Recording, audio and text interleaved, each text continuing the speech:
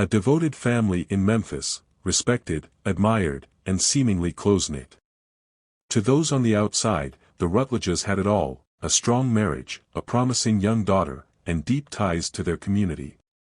Julius Rutledge was a man of faith, a hard-working business owner, and a dedicated father. His wife, Sharonda, stood by his side through decades of marriage, weathering life's challenges with quiet resilience. Their daughter, Taliyah, was the pride of their family, smart, ambitious, and eager to carve out her own future. But beneath the surface, there were fractures no one wanted to see. The kind of cracks that form in silence, growing wider with time, until one day, everything shatters. Taliyah was ready to spread her wings, to step into the world beyond her father's reach, but Julius wasn't willing to let go.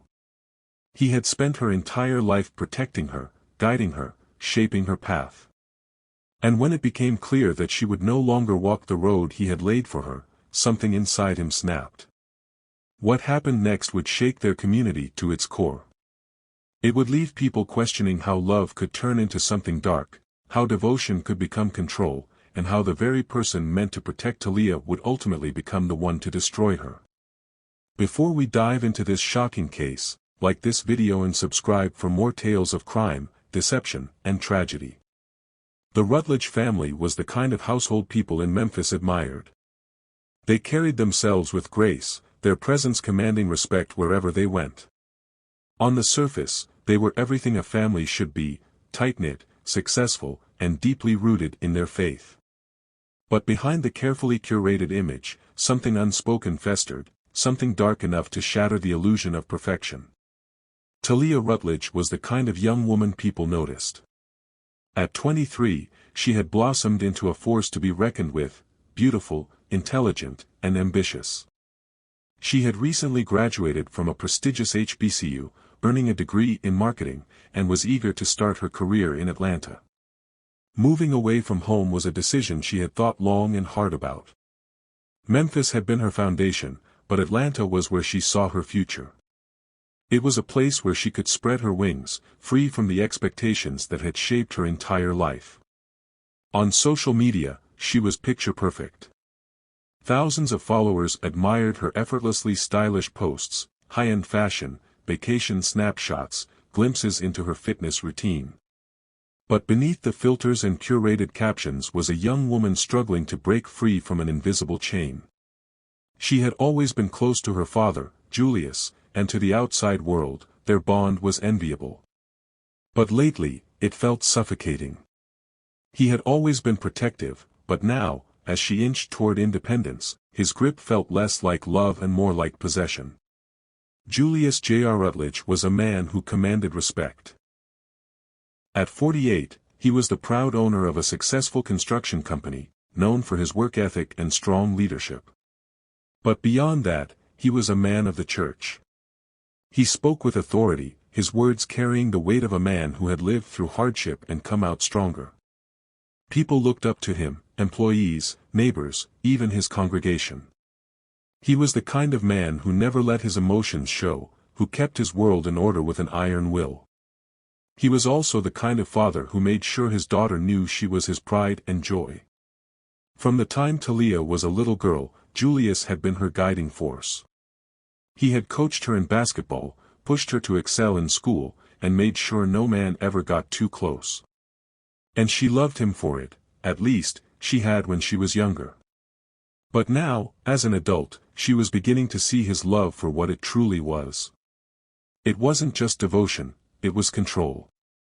Sharonda Rutledge had been Julius' wife for 25 years, but to those who knew her best, she had become a ghost of her former self. There was a time when she was the heart of the family, a woman full of life, with a laugh that could light up a room. But years of marriage had worn her down. Julius was a provider, but he was also a man who expected order, obedience, and quiet submission. Over time, Sharonda had learned to shrink herself, to exist in the background. No one in their church circle talked about her drinking, but they all noticed how her eyes were often glazed over, how she had grown distant. She was depressed, though she never admitted it out loud. Some nights, after a few glasses of wine, she would sit in silence, watching Taliyah with a mixture of love and sadness. She could see the fight in her daughter, the desire to break free. And deep down, she knew what that kind of fight led to in their household. To the outside world, the Rutledges were picture-perfect. A power couple, a successful business owner, a bright young daughter with a promising future. Their home was a beacon of success, their faith unshakable, their reputation solid. But inside that house, tension simmered beneath the surface. Taliyah was ready to step into a life of her own.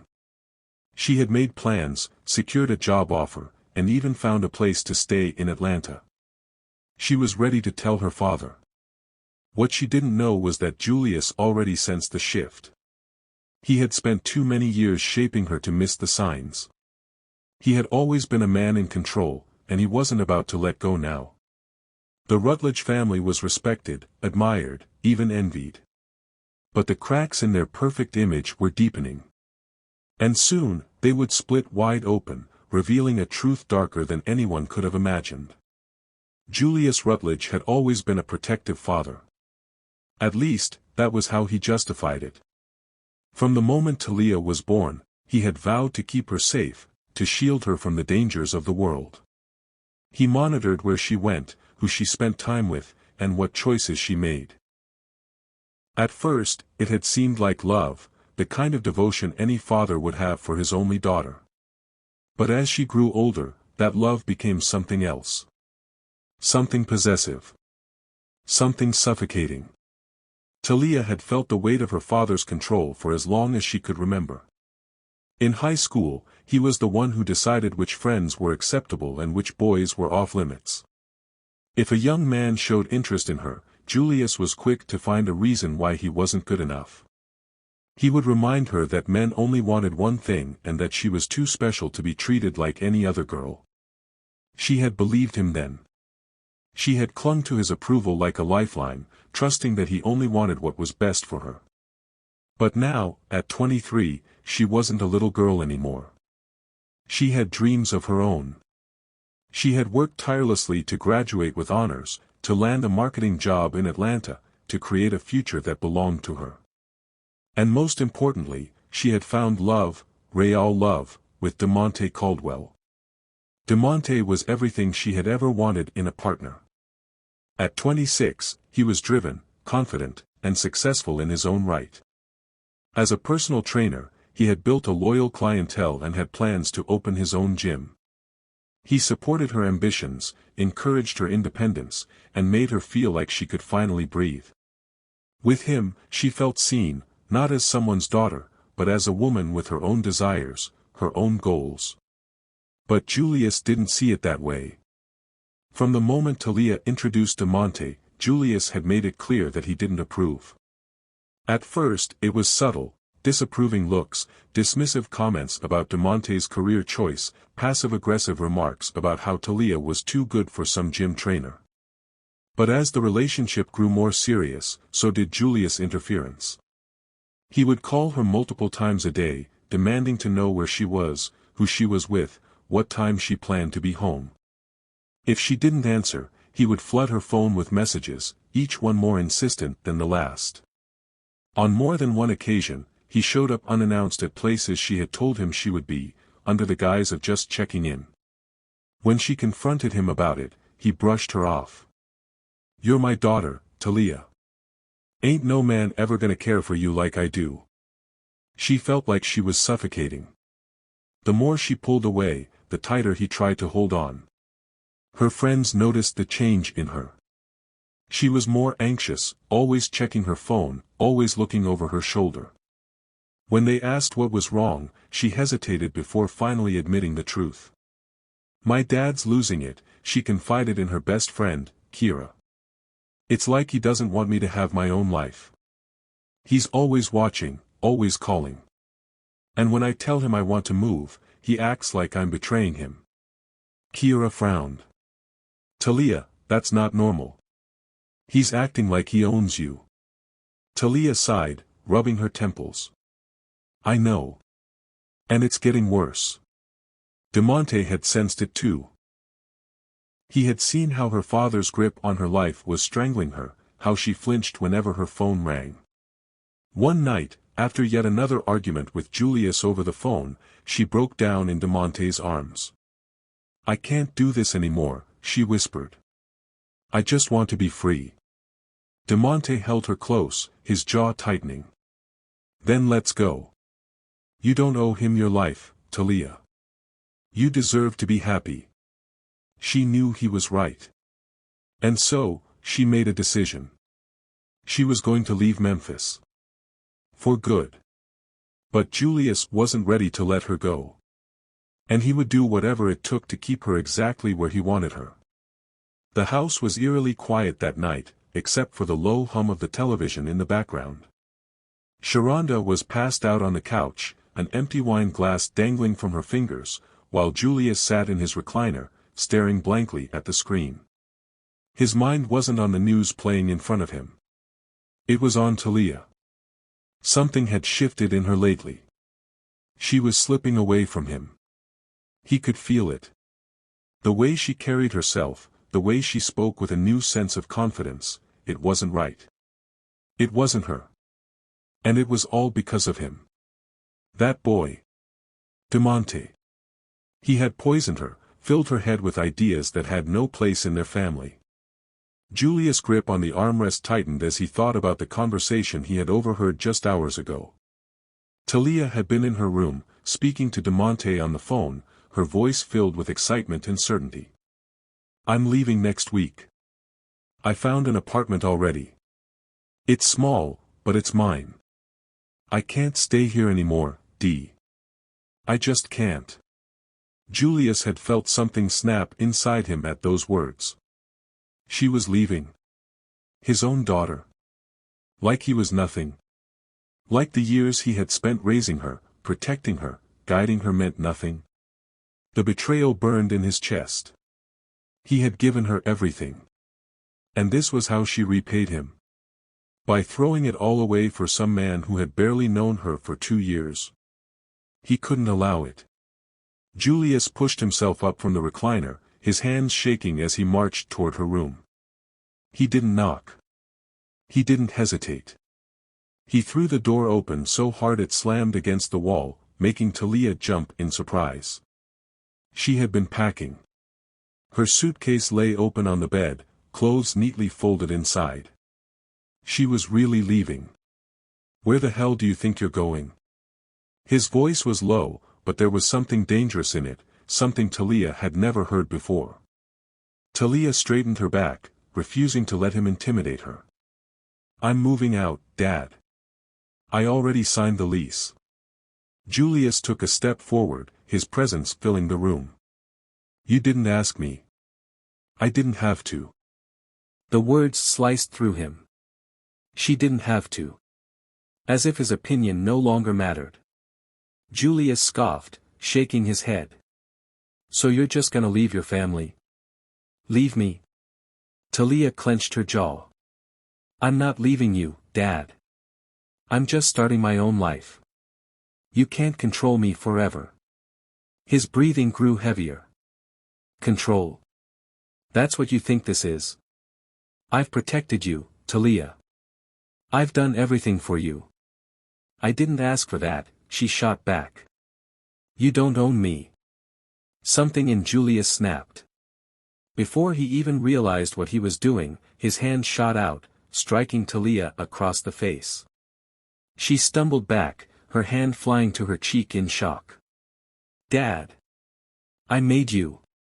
Julius roared, his voice trembling with rage. "You owe me." Taliyah's fear morphed into fury. She had been afraid of this moment her whole life, afraid of pushing him too far, afraid of standing up for herself. But not anymore. She stepped closer, her voice low and firm. "I don't owe you anything." Julius' vision blurred with rage. His world, the world where he was the man of the house, where he made the rules, where his daughter belonged to him, was crumbling before his eyes. He couldn't let it happen. He wouldn't let it happen. His hands were around her throat before he even knew what he was doing. Taliyah gasped, her hands clawing at his grip, her nails digging into his skin. Julius squeezed tighter. She struggled, kicked, tried to push him off. He saw the panic in her eyes, the silent plea for him to stop. But he couldn't. His mind screamed that this was the only way. The only way to keep her. Seconds felt like hours. Then, suddenly, the fight in her body weakened. Her hands slipped from his wrists. Her legs stopped kicking. And then, stillness. A horrible, suffocating stillness. Julius stepped back, his breath ragged, his hands shaking. Taliyah's body lay limp on the floor, her wide, lifeless eyes staring up at him. Reality slammed into him like a freight train. What had he done? His baby girl. His pride and joy. The one person in the world he had sworn to protect. Gone. His knees buckled, and he let out a choked sob. He reached out, shaking her, whispering her name, begging her to wake up. But she didn't. She wouldn't. He had done the unthinkable. And there was no taking it back. The house was silent, the kind of silence that felt unnatural, like the air itself was holding its breath. Sunlight filtered through the blinds, casting slanted beams across the living room, where Sharonda stirred awake on the couch. Her head throbbed, a familiar ache from the wine she had drowned herself in the night before. She blinked groggily, shifting her body upright. Something felt off. The house felt empty. Then, she remembered. Taliyah. She had heard them arguing. She had meant to get up, to intervene, but her body had been too heavy, her mind too foggy. Now, an uneasy feeling settled in her chest as she pushed herself off the couch and made her way toward Taliyah's bedroom. The door was ajar. Taliyah? No response. Sharonda's stomach twisted as she stepped inside. Her breath caught in her throat at the sight before her. Taliyah lay on the floor, her body still, her skin pale. Her eyes, lifeless and unblinking, stared at the ceiling. At first, her mind refused to register what she was seeing. It had to be a mistake. Maybe she was just sleeping. Maybe she had passed out. But then she saw the bruises. The faint, darkened marks wrapping around her daughter's neck like a grotesque necklace. A sharp, guttural scream tore from her throat. Julius! Her knees hit the floor beside Taliyah's body as she shook her daughter violently, sobs racking through her. Baby, wake up! Wake up! Footsteps pounded down the hall. Julius appeared in the doorway, his face drained of color, his eyes hollow. He didn't move, didn't say a word. He just stood there, his hands limp at his sides. Sharonda turned to him, her breath ragged, her body trembling. What did you do? Her voice was barely a whisper, but it was laced with pure, unfiltered horror. Julius' mouth opened, but no words came out. What did you do? She shrieked, lunging at him, her fists hammering against his chest. You killed her. You killed our baby. Julius didn't fight back. He just stood there, letting her hit him, letting her grief consume her. Sharonda scrambled for her phone, her hands shaking so badly that she nearly dropped it. She dialed 911, her voice frantic. My daughter is dead. She's dead. Please, send someone, please. The dispatcher tried to ask her questions, but Sharonda could barely hear over the ringing in her ears, over the sound of her own heartbeat slamming against her chest. Within minutes, the distant wail of sirens filled the air, growing louder until flashing red and blue lights flooded the street outside. The police stormed in, officers moving swiftly, their voices blending into one another as they assessed the scene. One officer crouched beside Taliyah's body, checking for any sign of life, but Sharonda already knew. She had known the moment she saw her daughter's face. Another officer turned to Julius. Sir, step over here. Julius barely moved. It was as if his body had become detached from his mind. The officers guided him toward the living room, their voices firm but controlled. "Tell us what happened." Julius swallowed hard, his gaze fixated on a spot on the floor. "It was an accident," he muttered. Sharonda's head snapped up. "An accident? You strangled her." The officers exchanged glances. One of them glanced at Julius' hands, scratches lined his knuckles. A telltale sign of struggle. "Mr. Rutledge, turn around and place your hands behind your back." Julius didn't resist. He barely flinched as the cold metal of the handcuffs clicked around his wrists. Sharonda watched in disbelief, her chest heaving, her body still trembling. As they led Julius toward the door, she let out a broken sob. This wasn't real. This couldn't be real. Her daughter was dead. Her husband was a murderer. And nothing would ever be the same again. The news spread like wildfire, igniting a storm of shock, disbelief, and outrage. Within hours, Taliyah Rutledge's name was everywhere, on social media, on news channels, on the lips of those who had once admired the Rutledge family.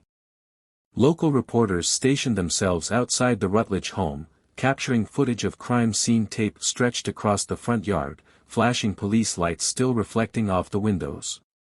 The story dominated headlines. Memphis businessman arrested for daughter's murder. Tragic end for local rising star. Family man or monster? The dark side of Julius Rutledge. On social media, Taliyah's old photos flooded timelines, pictures of her in graduation robes, posing with friends, smiling beside her father at church events. People left comments filled with heartbreak and anger. "I can't believe this. She was just starting her life. Her own father. How does this even happen?" This is why we need to talk about toxic control in families. Some refuse to believe it. Members of Julius' church spoke out in his defense, struggling to reconcile the man they knew with the crime he had committed. JR was a good man. He loved his family. This has to be a mistake. I just saw them together last month. They were laughing, they were fine. There had to be something else going on. But others weren't as forgiving. Y'all keep making excuses for these so-called family men while ignoring the signs. Control isn't love. This was bound to happen. I always got a weird vibe from him. Church leaders issued a statement expressing their sorrow, but they didn't take sides. "We are heartbroken over the tragedy that has struck the Rutledge family. Our thoughts and prayers are with them during this difficult time." But thoughts and prayers weren't enough for the people demanding justice. News segments analyzed every piece of the case. Experts were brought on to discuss the psychology of possessive fathers, the dangers of unchecked control, the warning signs that were ignored. People don't just snap out of nowhere, one guest psychologist stated on live television.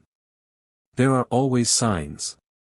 The problem is, people don't always want to see them. Taliyah's college friends spoke to reporters, sharing the things she had told them in confidence. How her father had become overbearing. How he constantly questioned where she was, who she was with, what she was doing. She was afraid to tell him she was moving, one friend revealed, voice shaking. She said she knew he wouldn't take it well, but we never thought it would end like this. At vigils held in her honor, candles flickered in the night, held by hands that trembled with sorrow and rage. She had her whole life ahead of her, a tearful speaker said. She deserved to live, to be happy, to be free. As the days passed, the public conversation deepened. Was this just one tragic case, or was it part of something bigger? How many daughters had suffered under the weight of controlling fathers? How many warning signs had been ignored in other families?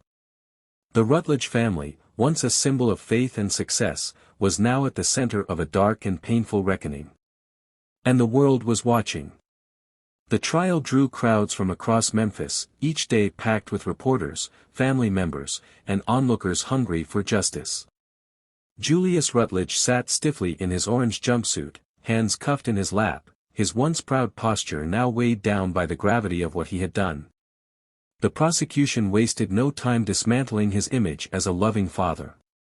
They called witnesses who painted a picture of a man whose love had long since turned into control, a man who could not accept that his daughter was slipping from his grasp. He didn't just snap, the prosecutor told the jury.